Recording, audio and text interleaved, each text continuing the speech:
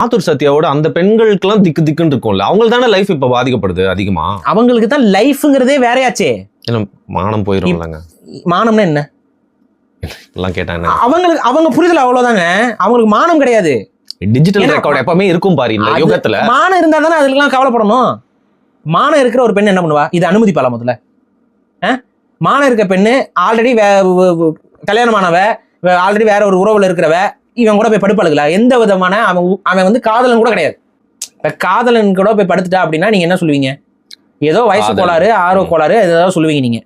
இவன் காதலனே கிடையாது. இப்ப இவன் கூட படுத்தது வந்து நீங்க என்ன சொல்லுவீங்க? அவன் தோழர்னு பேசிக்கிட்டு இருக்கும்போது ஒருத்தன் வந்து ஃப்ரெண்ட் வித் பெனிஃபிட்ஸ் வாழ்ந்துருக்கான். இவனை நீங்க என்ன சொல்லி இவன் கூட போய் உடல் உறவு வச்சுக்கக்கூடிய பெண்களுக்கு என்ன மானம் இருந்துரும்? என்ன அவங்களுக்கு மானம் கெட்டு போயிடும்? அப்படியான உளவியல் இருக்கக்கூடிய பெண்கள் சமூகத்தில் உருவாகி கொண்டு வருகிறார்கள். உருவாக்குவது இந்த இடதுகை கூட்டம். இந்த பெண்களுக்கு ஒரு குறிப்பிட்ட வயசு வரும்போது குடும்பம் இருக்காது. என்னவா நிற்பாங்க? அவங்க என்னவா நிற்பாங்க தெரியுமா? வெளிநாட்டுக்கு போய் பாருங்க, இந்த ரோட்டோரத்தங்களை போய் பாருங்க. நீங்க பாத்திருக்கீங்களா வெளிநாட்டுகள்ல ரோட்டோரங்கள்ல நீங்க பாத்தீங்கன்னா முழுக்க டேட்டூலாம் குத்திக்கிட்டு கஞ்சா இழுத்துக்கிட்டு கஞ்சா வலிச்சுக்கிட்டு ரோட்ல சுத்திக்கிட்டு இருக்குங்க. பாத்திருக்கீங்களா? அவங்க தொழில் என்ன ஆகுனா ப்ராஸ்டியூஷன் பண்ணிட்டு இருப்பாங்க. அப்படியே போயிட்டு ஏதாவது நோயெல்லாம் வந்திருக்கும், அப்படியே ரோட்ல சுத்திக்கிட்டு அப்படியே ரோட்ல அனாதை குணமா சாகுங்க. யார் இதெல்லாம்? குடும்பமும் டிஸ்ஓன் பண்ணிடுவாங்க, கணவனும் இருக்காது. அவங்களுக்கு குழந்தையெல்லாம் பிறந்திருக்கும், அந்த குழந்தை யாருக்கிட்டையாவது வளரும், எங்க இருக்குன்னு தெரியும். அந்த குழந்தை எங்கேயோ வேற யாராவது குடும்பத்துல வளர்ந்துட்டு இருக்கும்.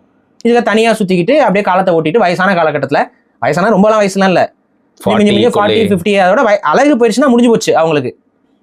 இப்ப அழகா இருக்க வரைக்கும் தான் மாத்தூர் சத்யா, அழகு இல்லைன்னா நடு ரோடு நித்யா, அவ்வளவுதான். ஸோ இப்போ ரோட்ல நின்றுக்கிட்டு காலத்தை ஓட்ட வேண்டியதான், பிச்சை எடுக்க வேண்டியதான், அப்புறம் அனாதை பணமா கறக்க வேண்டியதான்.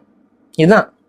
இன்னொருத்தருக்கு அனாதை பணம், வெளிநாட்டில் ஒருத்தன் கல்யாணம் வேணாம் ஒரு தாடி வச்சுட்டு ஒருத்தர் இருப்பான், சினிமா நடிகன், அனாதை பணமா போறது எப்படிங்கிறதுக்கு அவன் கிளாஸ் எடுத்துக்கிட்டு இருக்கான். I like stylish girls. I really like. I don't like this. எனக்கு வந்து தமிழ் பண்பாடு போத்திக்குன்னு இருந்துக்குன்னு அந்த மாதிரி நான்சென்ஸ் எல்லாம் எனக்கு பிடிக்கவே பிடிக்கும். யூடியூப் சேனல் உட்காந்துக்கிட்டு கல்யாணமா அதெல்லாம் இருக்கு, என்னங்க சங்க இலக்கியத்தில் என்னங்க இருக்குதே என்ன வாயிலே விட்டு கொமட்டில் குத்தணும் போல இருக்கு. நம்ம இங்கெல்லாம் பார்க்கும்போது இவங்கெல்லாம் வந்து உட்காந்துக்கிட்டு பேசிட்டு இருக்காங்க. காலம் அதெல்லாம் மக்கள் தான் ஐடென்டிஃபை பண்ணணும். இது எவன் பேசுறது அயோக்கியத்தனம், எவன் பேசுறது மொல்ல மாதிரித்தனம், முடிச்சு வைக்கத்தனம். இவங்களெல்லாம் கொண்டு வந்து உட்கார வச்சுக்கிட்டு இவங்களெல்லாம் சமூகத்தில் அக்கறை இருக்காங்க மாதிரி காமிச்சிக்கிட்டு இவங்கெல்லாம் ஒரு கட்சிக்கு சப்போர்ட் பண்ணுறாங்க. அந்த கட்சி எப்படி இருக்கும்? இவங்கெல்லாம் சப்போர்ட் எந்த கட்சின்னு பாருங்க, அந்த கட்சி எந்த லட்சணத்தில் இருக்கும். ஸோ இன்னும் எத்தனை குப்பைகள் கிடக்குதோ அதுக்குள்ள அது நோண்ட அந்த குப்பைகள் வந்துட்டு